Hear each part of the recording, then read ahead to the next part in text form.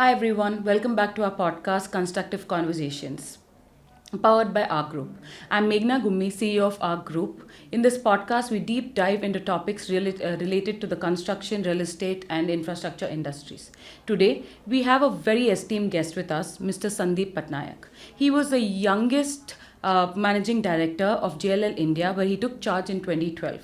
Till date, there hasn't been anyone else that young to be a managing director of JLL.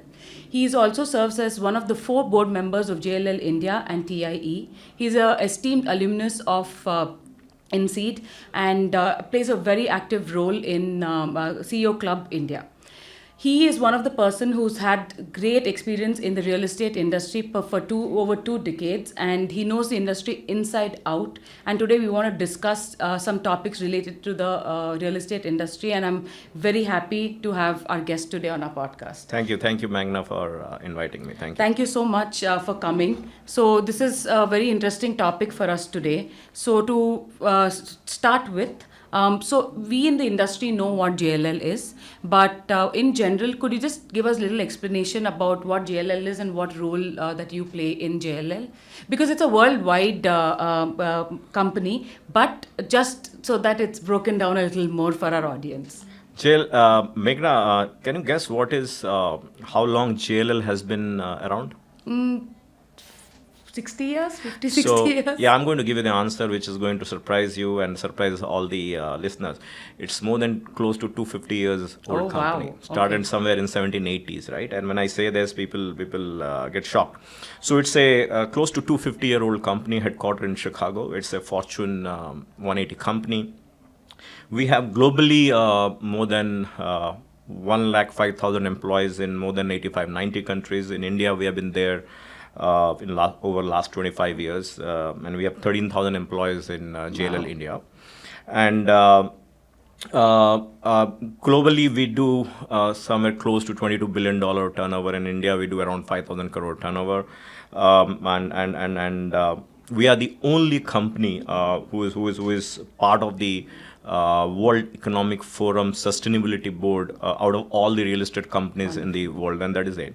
And we are the only real estate company in the world who has been rated one of the most ethical companies in the real estate domain continuously for more than 10 years. So this speaks volume about. Yeah. As far as my role is concerned, I have 2 roles. I'm one of the 4 directors in JLL India board.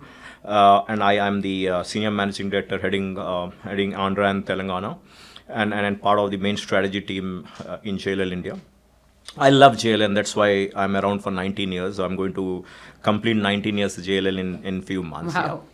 Yeah. Almost there. Almost there, yes. So, can you just let us a little bit about your career path? Because JLL is such a big company, and I'm also surprised. I actually didn't know it was existing for 250 years, and we see it all around the world. Any metropolitan city you go, any country you go to, you see a JLL board somewhere. But it's such a esteemed company. So how was how did you become the youngest managing director? See, it's not an easy thing to achieve.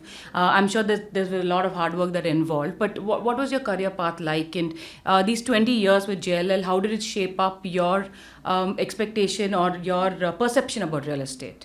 So, I come from an Oriya family. All my first cousins are either IS, IPS, IIT, BITS planning. So when after 12th, I decided to do hotel management. I have done my hotel management from ITC Welcome Group, Manipal. In Orissa, I keep telling this even now. In Orissa, if you are not an IS, IPS or engineer, doctor or chartered accountant, you are good for nothing. And I'm talking about a call which I took almost to do hotel management in 1995, right? So, and also after completing my hotel management and at a young age of 20, I was of belief that if you don't do MBA, you are not going to be successful. Yeah. I think that's an immaturity I had. So I tried 3-4 times and I got rejected during the interviews. And then I decided that I will prove myself and I will be successful without an MBA. So I'm just an hotel management graduate. And I think nothing beats hard work. and I also believe that you have to be in the right time at the right place, Yeah. right? And obviously the blessings of the Almighty and my parents and luck plays, right? And you need to have all this, right? You need to have your hard work, right time at the right place, blessings of the Almighty and parents, and luck, right? Yeah. Many times I have seen that there are a lot of people who are more talented than me have not been that successful because of the luck factor. And let me explain you. If I would have left Hyderabad, okay, I'm giving you some case studies because I believe in case studies. If I would have got frustrated and left Hyderabad during Telangana crisis, I'm in Hyderabad from 1998, and it was a very tough time for real estate in Hyderabad from Telangana crisis, Yeah. 2009 till 2014. If I would have left to some other cities, then I would have not seen the growth of Hyderabad after 2014, Absolutely, right? yeah. And I always believe that a person's career growth is linked to the economy of whether it's a national economy or the local economy. Yeah. And I can tell you, I have got benefited with the growth Hyderabad real estate has seen in last 10 to 12 years, right? So this is a classic example, whether you're on the right time at the right place, when you're on the right side of the cycle. Yeah. And career is related to that, right? Yeah, If absolutely. anyone says that I became successful or someone became successful only because of the educational background or because of hard work, I think they're not trying to be honest. You have to give the due credit to the luck and whether you're in the right cycle and of the economy of that city or that state or that Yeah. country. Yeah. So, I mean, that's wonderful. Actually, it's true. Like a lot of people don't fact that you have to be in the right place at the right time.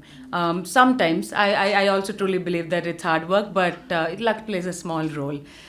So, real estate has been booming in Hyderabad, Telangana for a long time, for a few years now, and real estate had become a talk of the town. No matter where you go, or any family that you're meeting, or anyone's talking about real estate, and because it's showing one of the highest Returns. return on investment.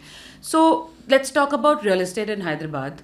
We'll divide it into two parts. We'll talk a little bit about the commercial office space, and then we'll talk after that about residential. So to start off with commercial office space, can we get your perspective or a breakdown as to how it was in the last few years, and maybe after that we'll discuss about how it's going to be in the future. Meghna, before answering this, let me tell you, whenever in last few years, whenever I go to any restaurant along with my family or go to any place, the discussions next to all the tables are on real estate. So I tell my wife, look, I have done an amazing decision of joining real estate in 2005 because, as you rightly said, the people of these two states, Andhra, Telangana, as you know, if you go to Gujarat, they talk about stocks, Yeah. right? Passionate about stocks.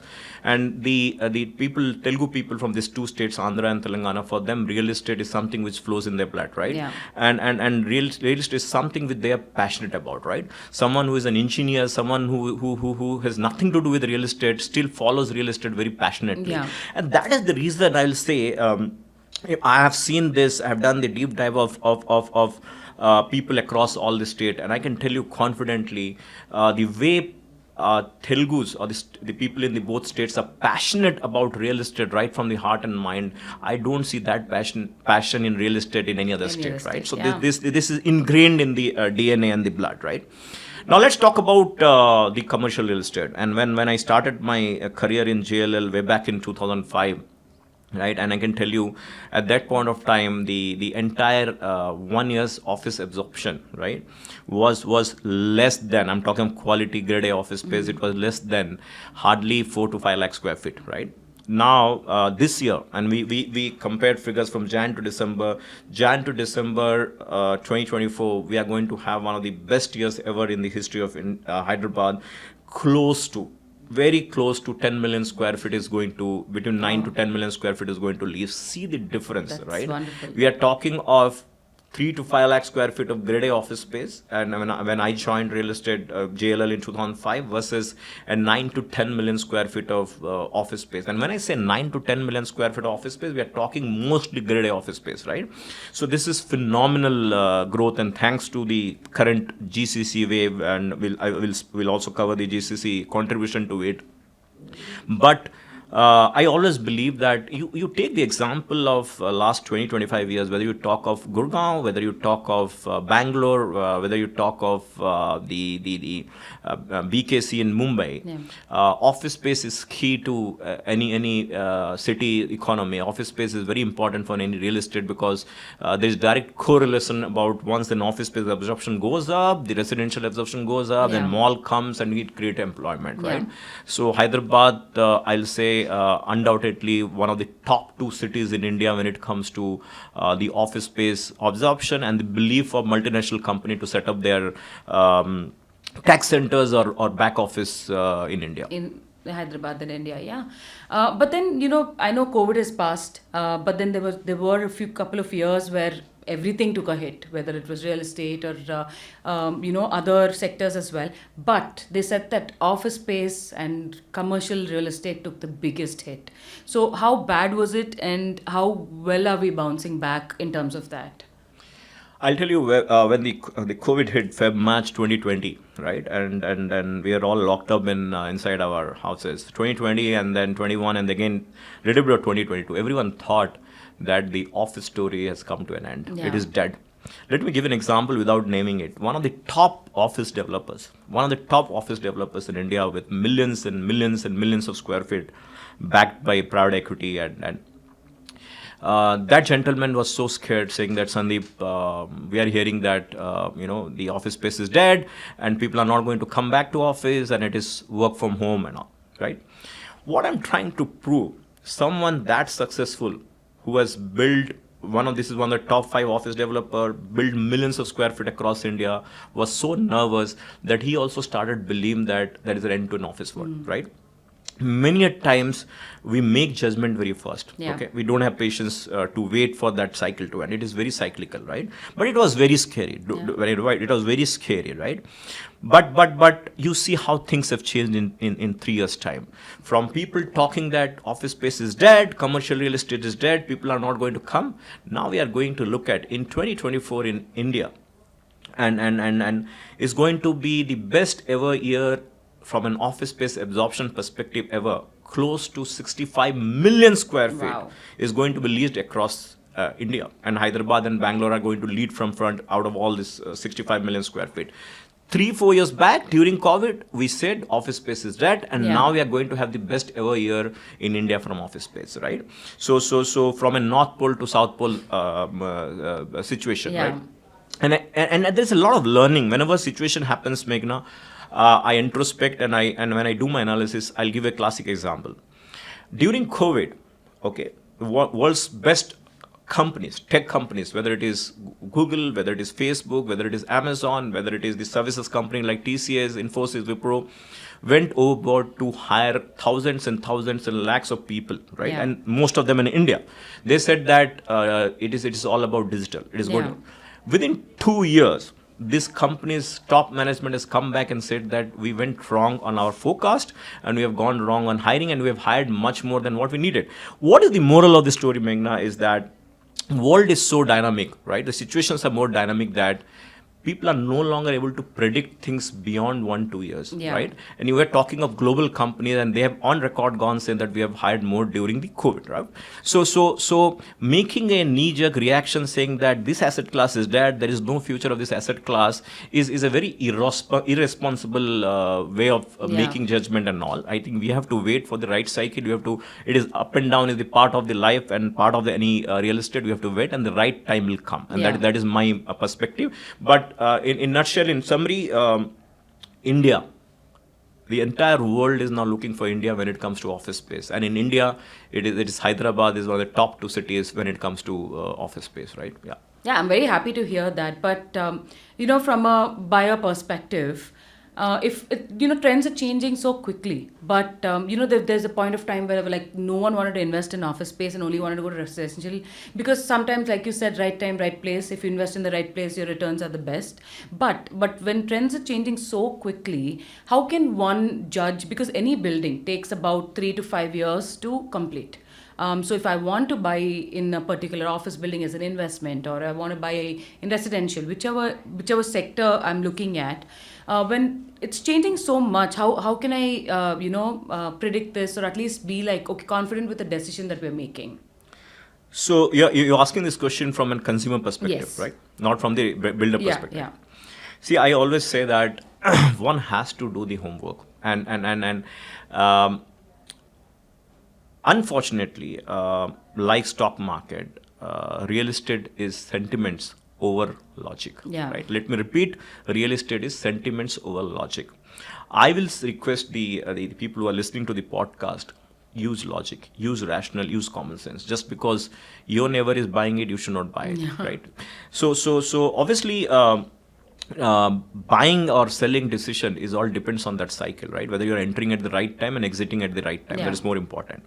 But the way I look at it is that the consumer, because of the power of internet, they need to do their homework very well about the location, about that infrastructure of that location, about the developer's background, about the track record of the developers, right? Now I have seen, and what really surprises me, and I say, these are the people who spend huge amount of time in social media and trolling people, Yeah. or using losing. Can you not use that amount of time to do a background check, right? And they will invest. I'll give an example. I know someone who is a CX of a company, and he has invested his hard-earned money to buy an office space with someone who has no track record, and Yeah. that money is stuck. Do you blame the city? Do you blame the external environment, or do you blame that person's decision, right? Yeah. And it is very easy to say that things are not working out, the developers are not honest and stuff like that. I think it is high time that we take the onus of our decisions. The way we have to take ownership of decision in our life, we have to take the onus of decision of our investment decisions, Yeah. right? And I have always seen that. Again, I made an statement of sentiments over logic. And let me tell you again, in real estate, what is going to really trouble people, or why people are in trouble, is it is again greed over logic. Yeah. Right? So it is two things. It is about sentiments over logic and greed over logic. When greed overpowers your logical thinking, you are bound to be in soup. So that's Yeah. what is happening with most of the people who are stuck, right? So that is what worries me: greed over logic. So, because you said greed over logic, in one controversial perspective that I have is, do you think pre-sales? We're seeing a lot of pre-sales happening in all parts of real estate. You think that is a classic example of greed over logic? It is. I think not only a classic example of greed. I think government. Let me tell you, successive governments have not done enough to stop this, right?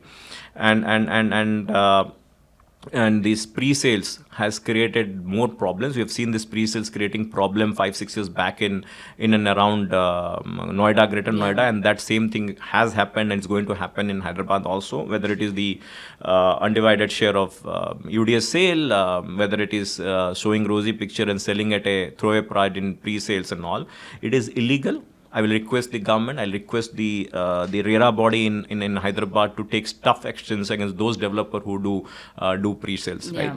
And until and unless, if you see, out of all the RERA bodies in India, Maharashtra RERA is very respected because they are very proactive and they take tough actions against developers who do these pre-sales and violate the RERA, right? It is high time that the Hyderabad and the Telangana RERA have to be very proactive, and they need to take tough Take actions on action, those who are violating it. But to answer your question, it is a classic case of greed over logic when it comes to buying pre-sales. Yeah.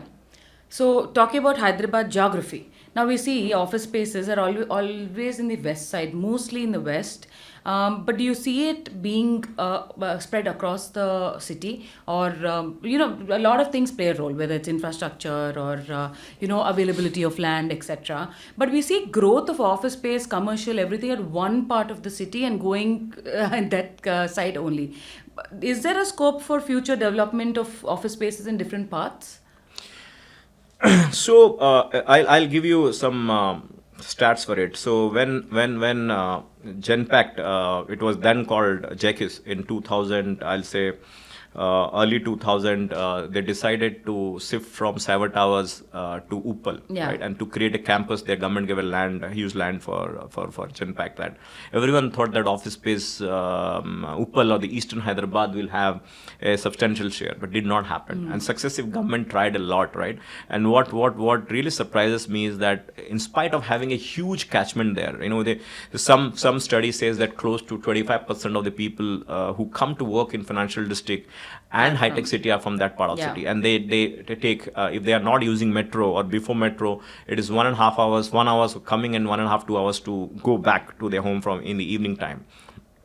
Now, but over the last 15-20 years, things have not really worked out in that part of city. But now government is making some initiatives to see if that part of the city we can have some amount of office space. But we are seeing some traction of office space coming in few other cities. But predominantly, you are correct. It is Western Corridor. But I believe that. With in and around Shamshabad, which is just half an hour from the financial district, there is a future because of the connectivity with the outer ring road close to airport. I cannot time it, but I see if there's one location beyond the high-tech city and Raidurg and financial district, Gachibowli, where you can see the next wave of development coming. I feel because of the logistics and because of the location advantage, it can be closer to the airport is one location I can bet on from the office space perspective. Oh, that's wonderful.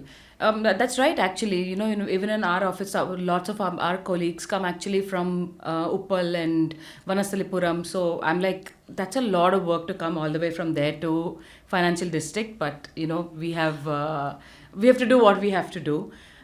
So talking about studies, there's so many studies that come out. Like there are different agencies, different teams that are doing market research about office space, about residential research, but a lot of them are contradicting themselves. So it's very hard for a consumer to understand, okay, I'll go online, I will open up about 5 or 6 agencies reports, but they are sort of contradicting themselves. And one says the real estate is doing wonderful in this location, but one says it's not doing very well, the absorption is not high. So how, as a consumer, how do I look at these reports, and how do I see which one to follow? No, it's very, very good question. I think this lot of reports from a lot of agencies creates a lot of confusion in the mind of the buyers. My very simple advice to the buyers is, please take those reports seriously from those companies whose core competency is that asset class. Yeah. Okay. I don't want to name companies. If a brokerage company's strength is commercial real estate, you have to take the report of that brokerage company's office space statistics seriously. Yeah. If some company's core strength is residential, you have to take the report seriously of that company, right? But I think I always believe that the banks who disperse loan, right, their data is very, very accurate, close to accurate. Reason being, they are the people. If you talk of the top 5-6 banks, whether it is ICICI or SDFC or the LIC, I'm talking of the housing finance company. Yeah. They disperse loan, and their reports or their sort of a judgment about a senior scenario is very good. And you have companies like JLL who do this day in and day out, right? And so my 2 cents to the buyer is that please don't follow the report of companies whose core strength is not there in that asset class or that. I'll give you an example for it, right? Now, if there is a company with a research companies whose core strength is report on stocks, Yeah. right, or how the IPO market is behaving. Now, you can really take that report very credible when it comes to stock, when it comes to IPO, right?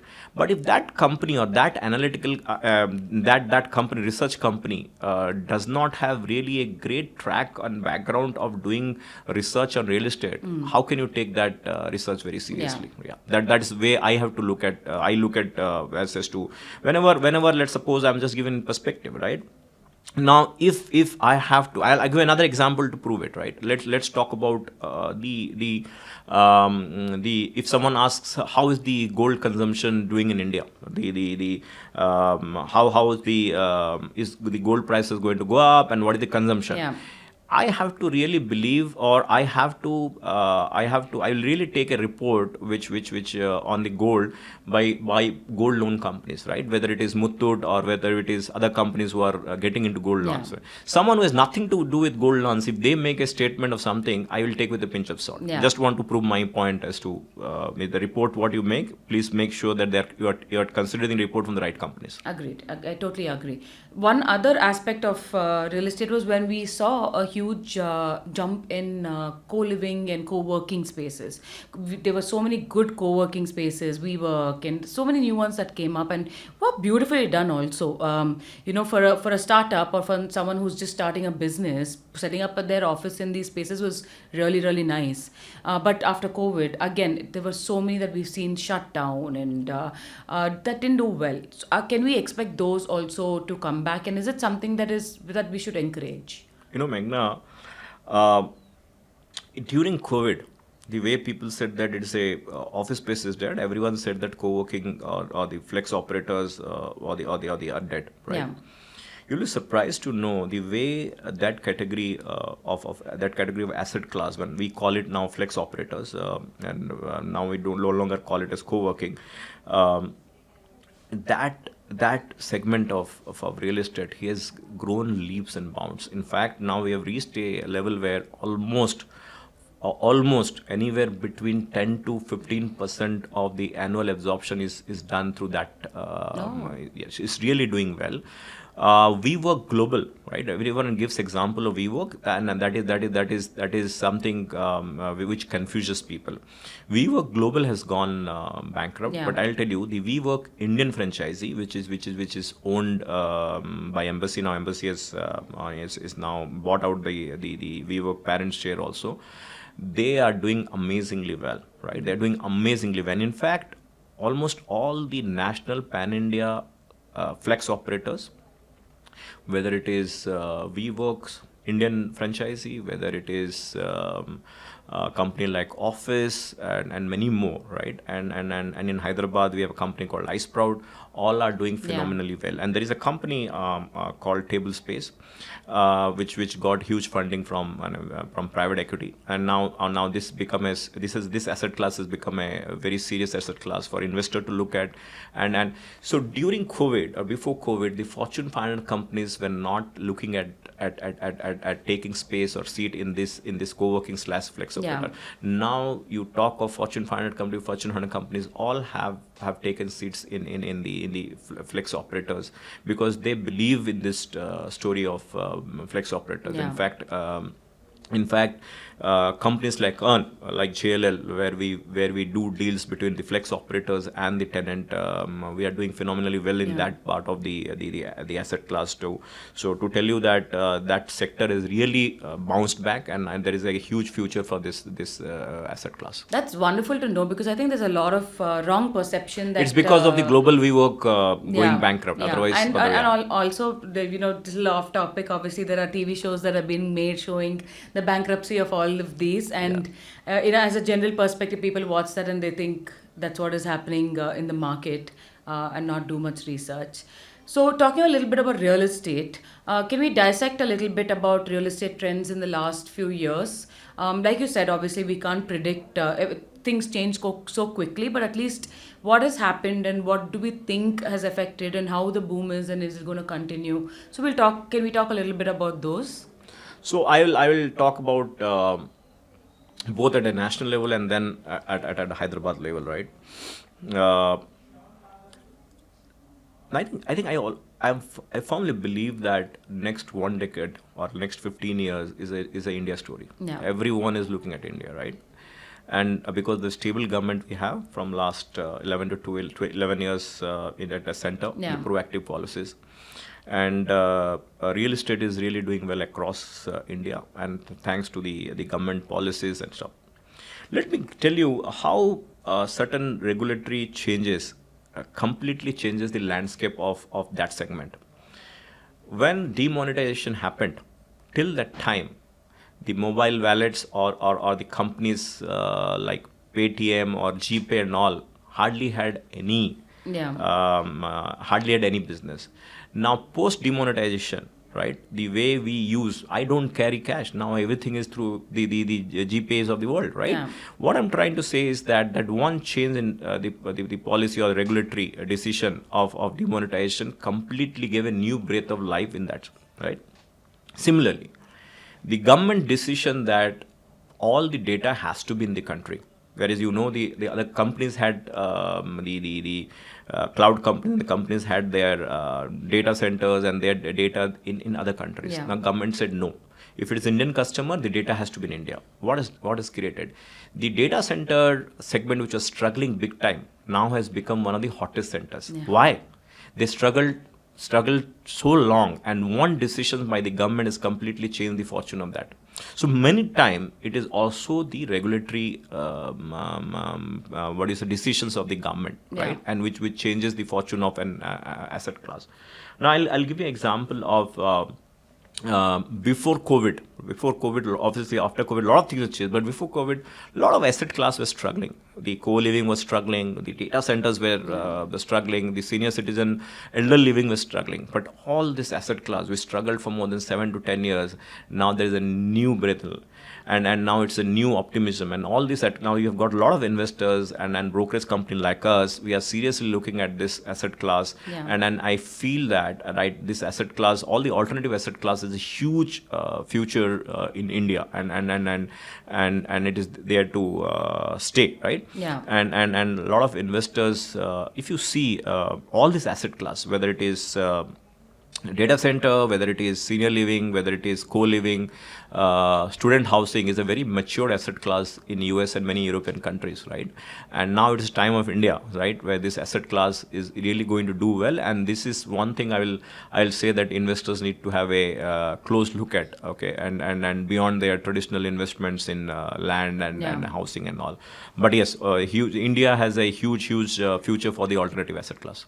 And what about residential though? Like when we talk about residential, generally a lot of consumers look at residential because I think the understanding of residential is more simpler versus all the other asset classes or maybe even interest, for a matter of fact. And for a lot of Indians, buying a home or investing in a home or having a second home is a lot more important than putting their money somewhere else. So how does the residential real estate shape, how much of this asset class plays a role in the entire real estate industry, and how can that be looked at? That is the backbone. That is backbone of India. More than 90 to 95% of the developers in India, real estate developers, are residential, right? Yeah. Now I'll give you.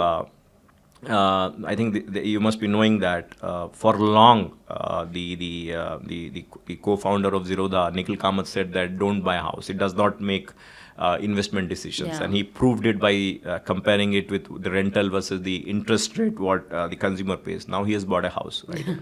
Now, so in India, okay, it is a lot to do with culture, right? A lot to do with tradition, a lot to do with the family value system. In India, unlike many other matured economies, India, housing and your house is a very sentimental thing. It is something people take a call from the heart, right?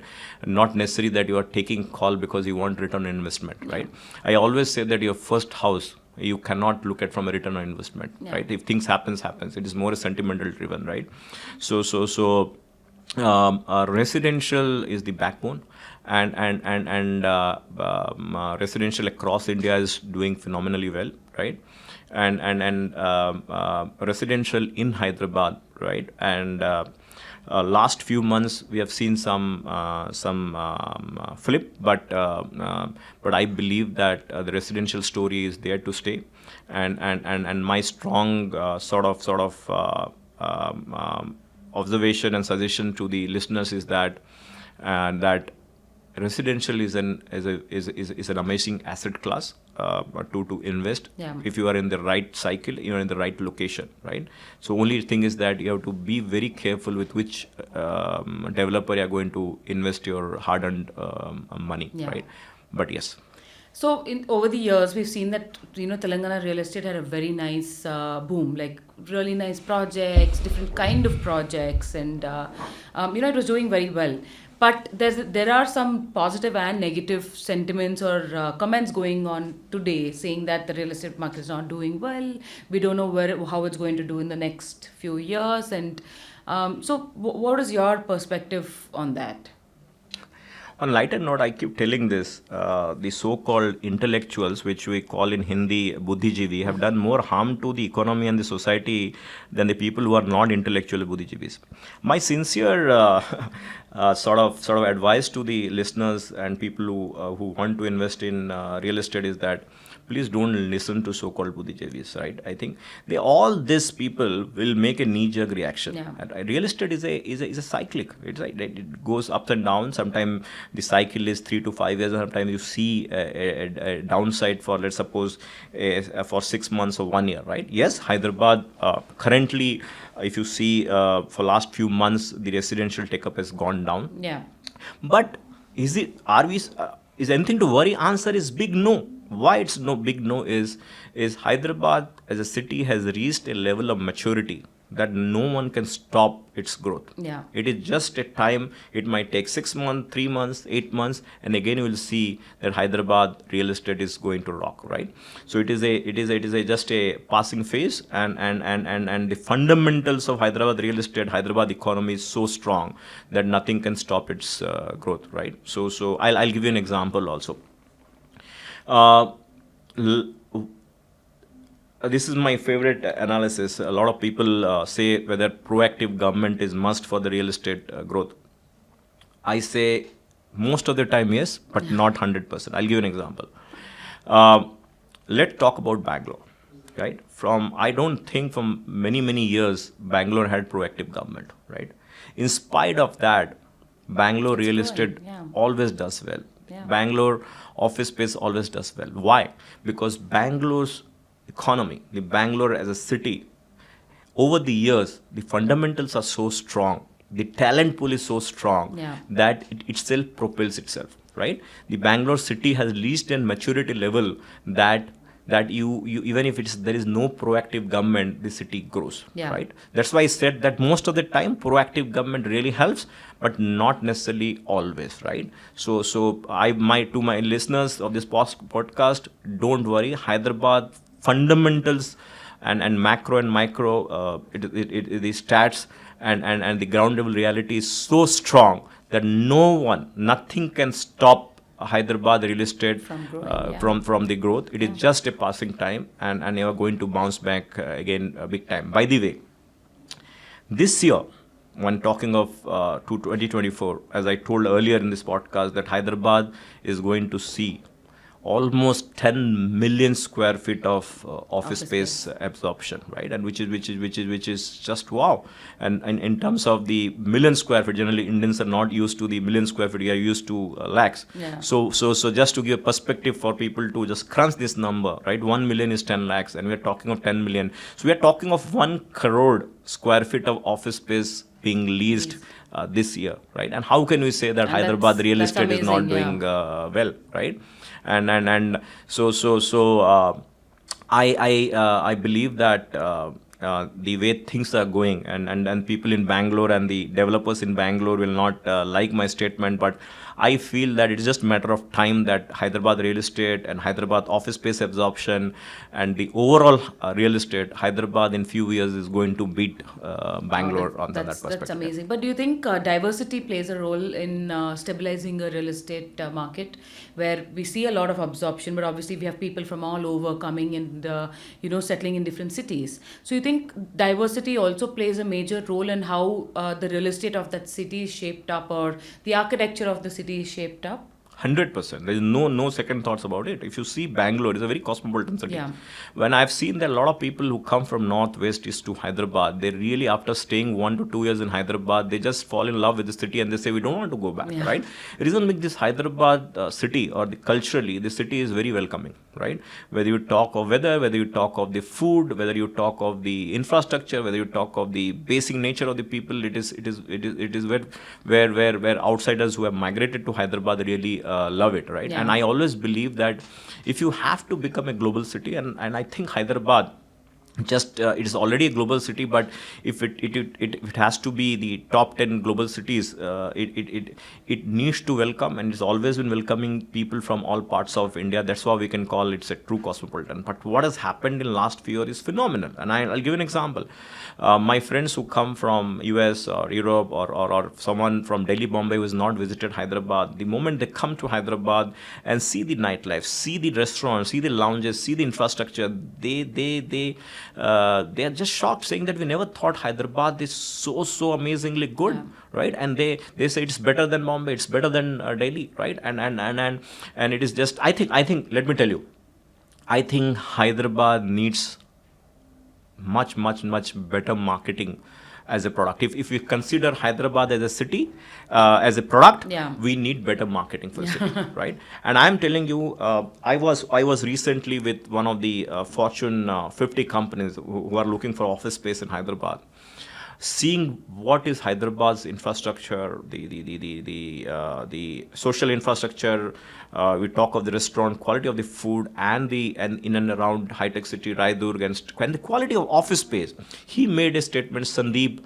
Let me tell you, the quality of asset, or quality of office space, what Hyderabad has, we don't have that in US, Yeah. right?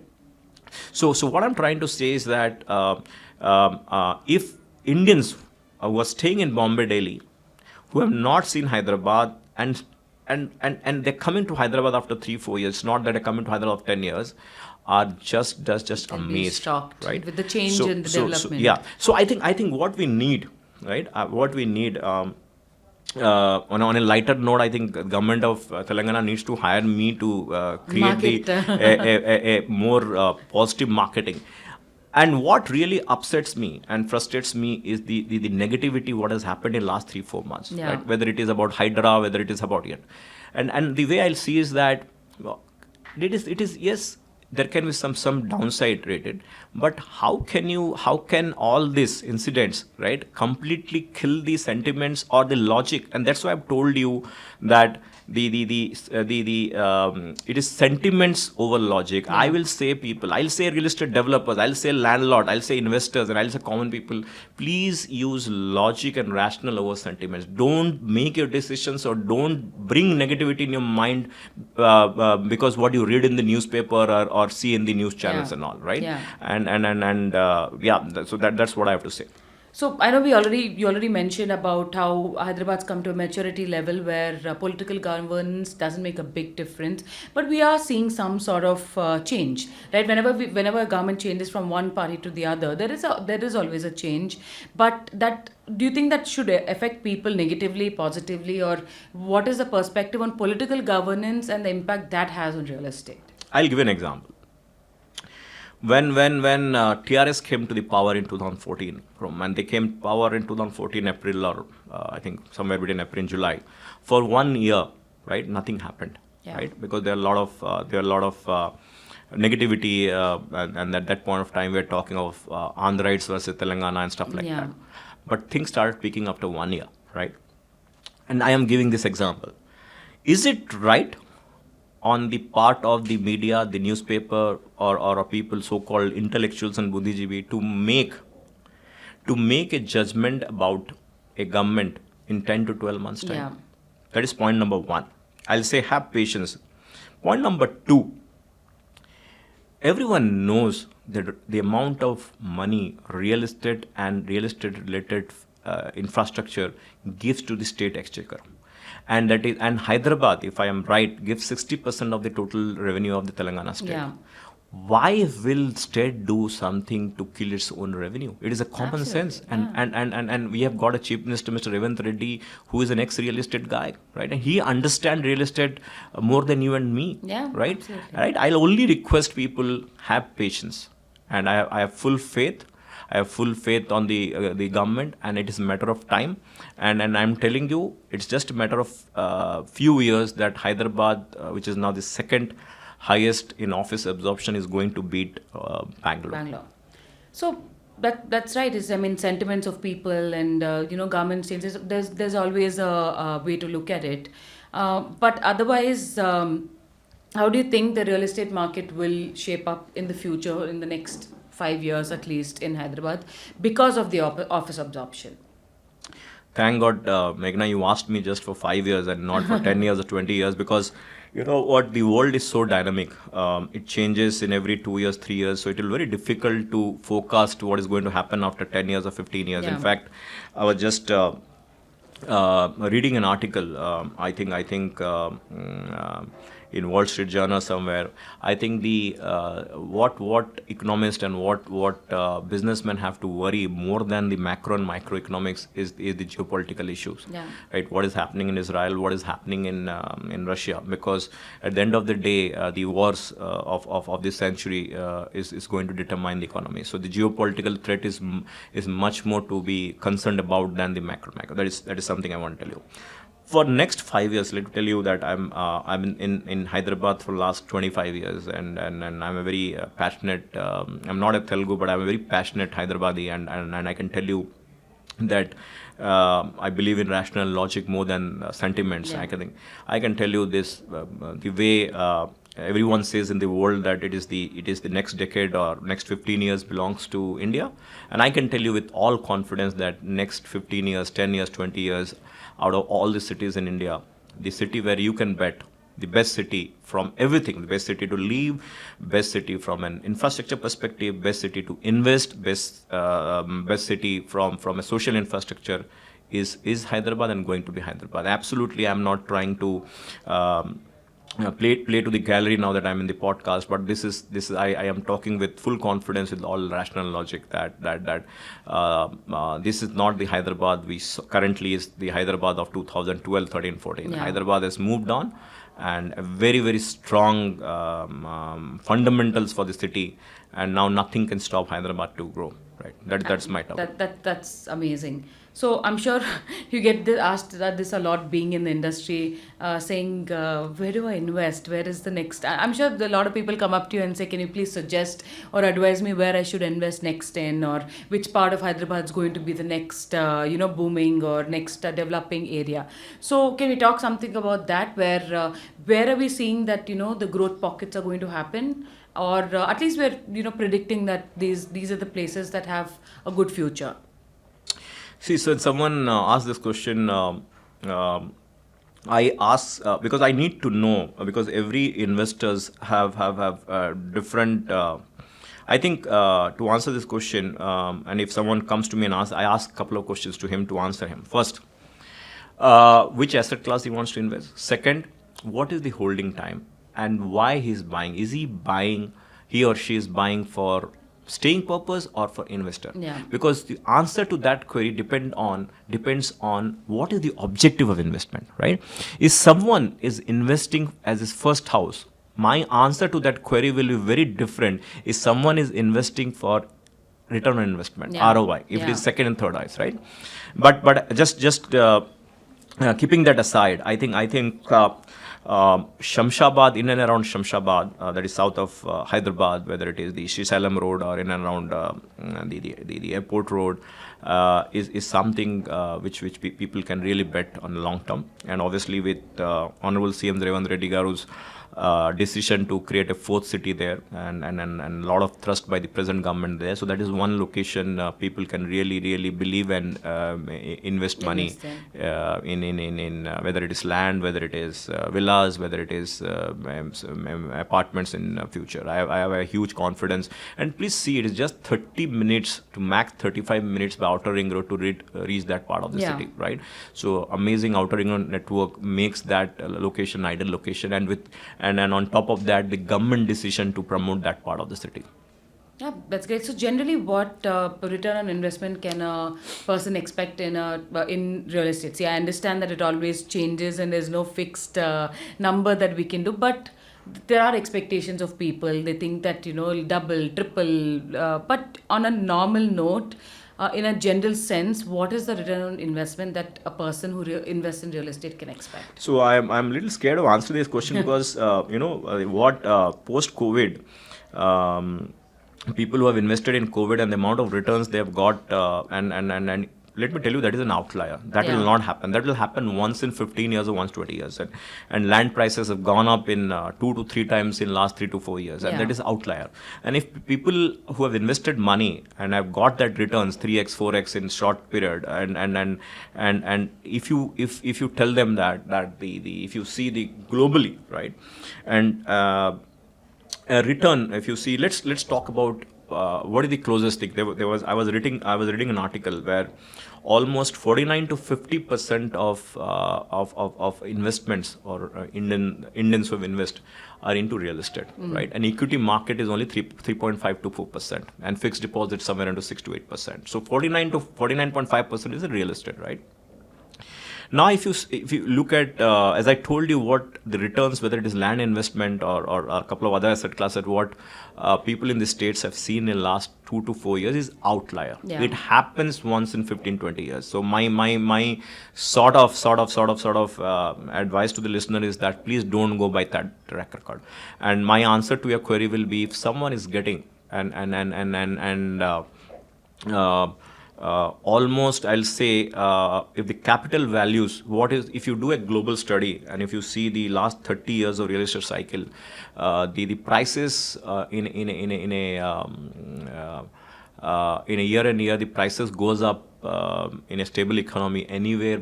If you're talking of office space, if you're talking of residential, it goes where anywhere between 8 to 10%, right? I'm talking of the price escalation, right? As I told you, the land as an asset class in this city, in the state of Telugu state of Andhra, Telangana, is very different the way it is looked at in other states. Yeah. As I told you in the starting of my discussion that land is in the DNA, land is the blood of the state. So they tend to invest more money on the real estate. That's why, on the land, that's why you see more fluctuations and more speculation and more land trading happening in these Telugu states as compared to any other states, right?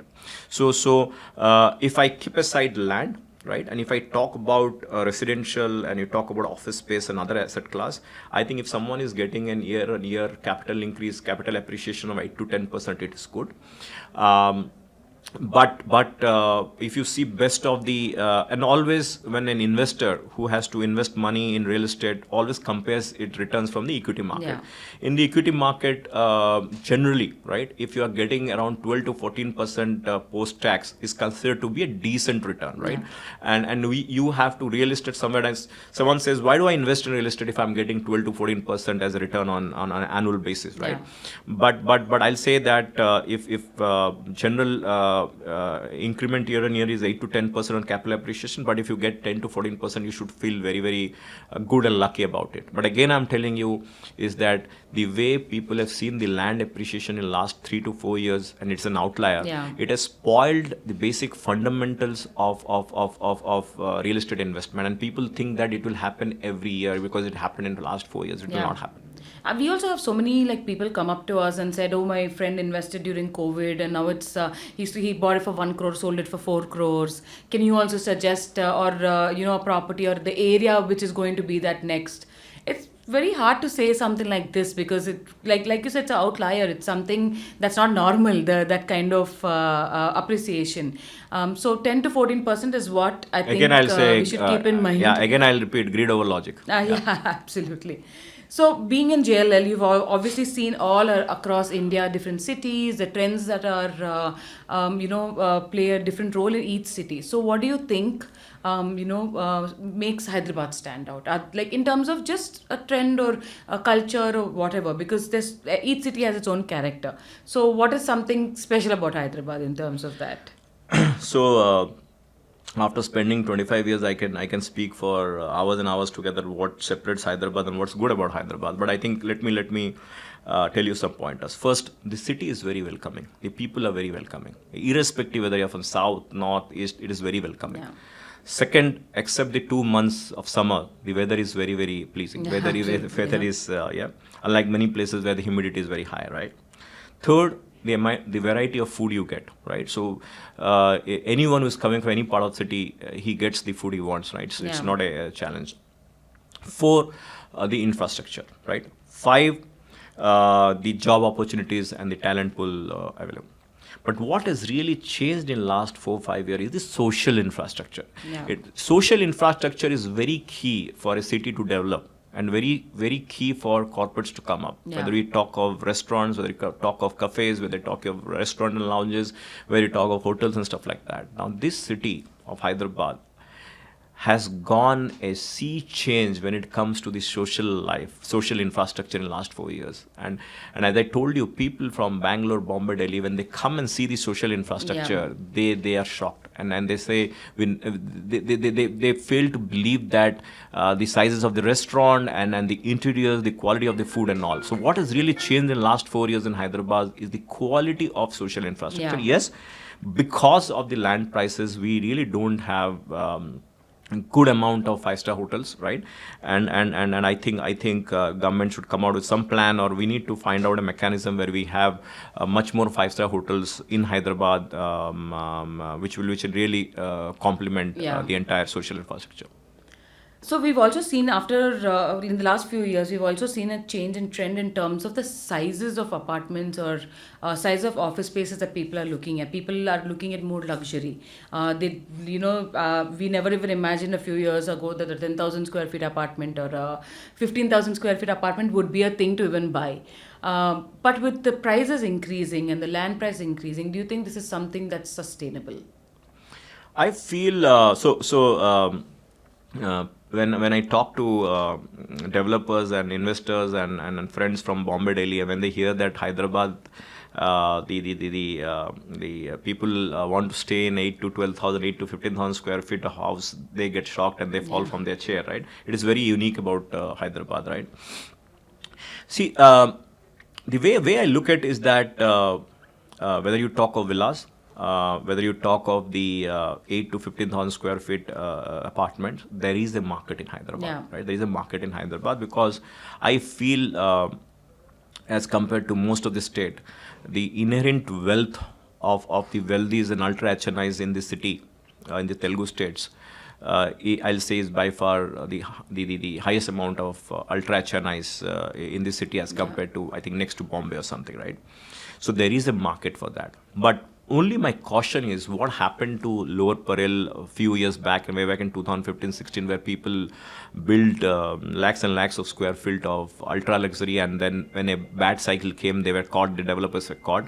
My only fear or is that too much of something of an asset class is also bad. And if proper research is done and supply demand stats is taken, I think there is a market for this, but don't overbuild it, right?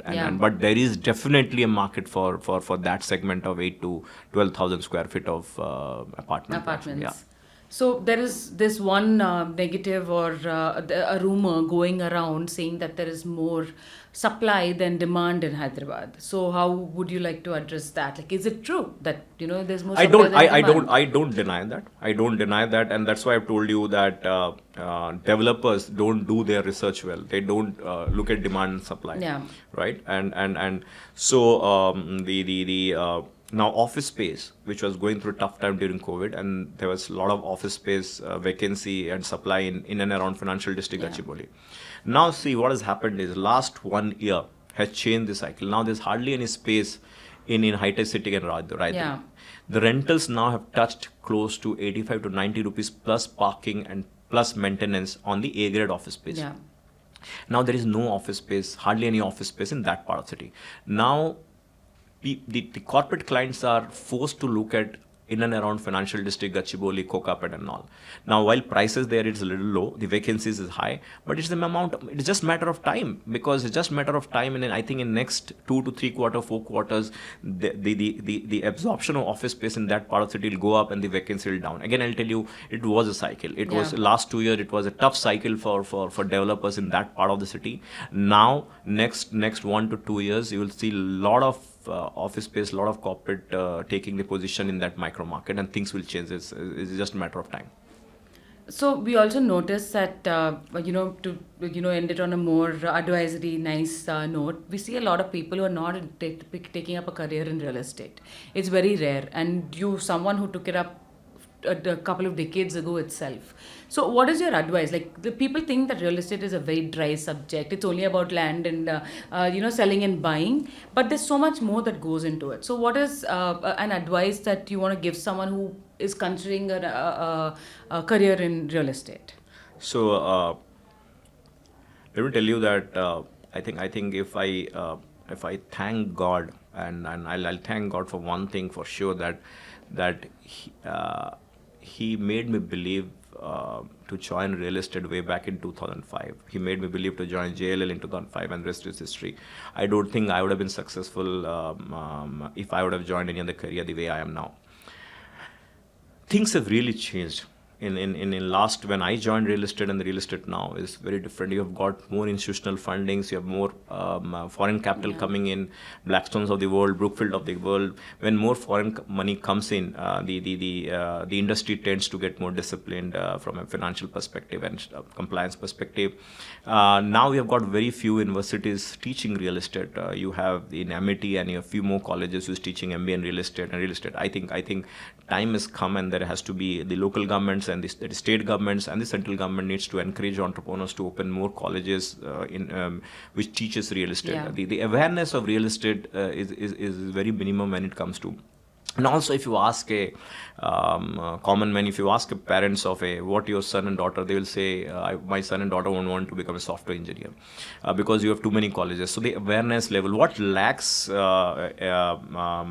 in India is the awareness about real estate as a career. Yeah. And I think all stakeholders, the developers like you, a real estate consultant like us and me, and the government needs to come in and create that awareness for real estate as a career. We need to have more colleges teaching real estate, Yeah. right? More colleges teaching real estate, and then only people start knowing about this career. You have got huge talent in India, but unfortunately, because lack of awareness of real estate as a career, real estate as an industry, we are losing that talent to other industries. So we have to create that awareness and needs to bring back good talent to this industry. Oh, I totally agree. So when I went for my master's a few years ago, when I was doing my research, and then I saw that there was a master's in real estate, which surprised me. So I did my master's in real estate development. And when I went for a visa interview, I did it in US. So when I went for a visa interview, the visa officer actually asked me, saying, "Oh, this is an interesting course. What do you learn in this course?" And that's an example of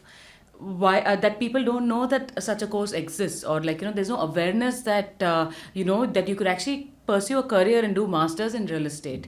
And it was a very, very interesting degree and a really interesting course that I pursued. So I 120% agree that I'll just add, that's Meghna, awareness. I just thought after agriculture, real estate / infrastructure creates the maximum employment. Absolutely. And the irony is, that the industry which creates the second most employment after agriculture in India, even now, hardly few colleges are there to teach that course. Right, real estate / infrastructure is creating second highest employment in India, and we don't have syllabus, we don't have curriculum, you don't have colleges teaches that, and this is an irony, right? I think, and that's what I wanted to tell you, right? And see what I will to viewers who are in the college or about to complete the college or school, please understand that if India has to, India is pegged to become the third largest economy in few years, right? After US and China, India will become third highest in 28, 29, 30, whatever may be. Across the world, it has been proven that if the economy has to grow and sustain, there has to be huge amount of investment in infrastructure, real estate infrastructure, right? And that's what a lot of European countries and America is not happening. The thrust on the investment, as you know, this government is very clear that if India has to become the third highest economy, right, the investment in infrastructure is the key. Now, if the investment in the infrastructure is key, if there is going to be more housing, more malls, more hotels, more highways and all, then they need talent. And if they need talent, and you it's better, this is the right time that you should pursue a career in real estate. I totally agree. And it's coming from two people who love real estate and are in this industry. So it was wonderful having you on our podcast. Is there anything else that I'm missing out, or anything else that you'd like to talk about before we end it? No, I want to repeat. Some amount of negative talks in the Hyderabad market about the real estate and the sentiments, and I will say again, repeat. Please, that you are making a judgment, sentiments over logic. Please go by logic, go by rational. Okay, don't go by some incidents that happened in few months, right? And Hyderabad fundamentals, the Hyderabad ground reality, and the level of what Hyderabad is. Hyderabad is not what we saw in 2012, 11, 14, and all. Hyderabad is now in a very matured, has a very matured real estate and all. And then I'm repeating that if the world is saying the next 10 to 15 years is an India story, within that India story, next 10 to 15 years is an Hyderabad story. Oh, Thank you. that's wonderful. Like coming from two Hyderabadis who love Hyderabad, please invest in Hyderabad, live in Hyderabad, and Hyderabad's going to be perfectly an amazing, already is, and it's going to be an amazing city for the next few years. Thank you so much for coming on our podcast. It was wonderful having you. Thank you, Meghna, for inviting me. Thank Thank you. you.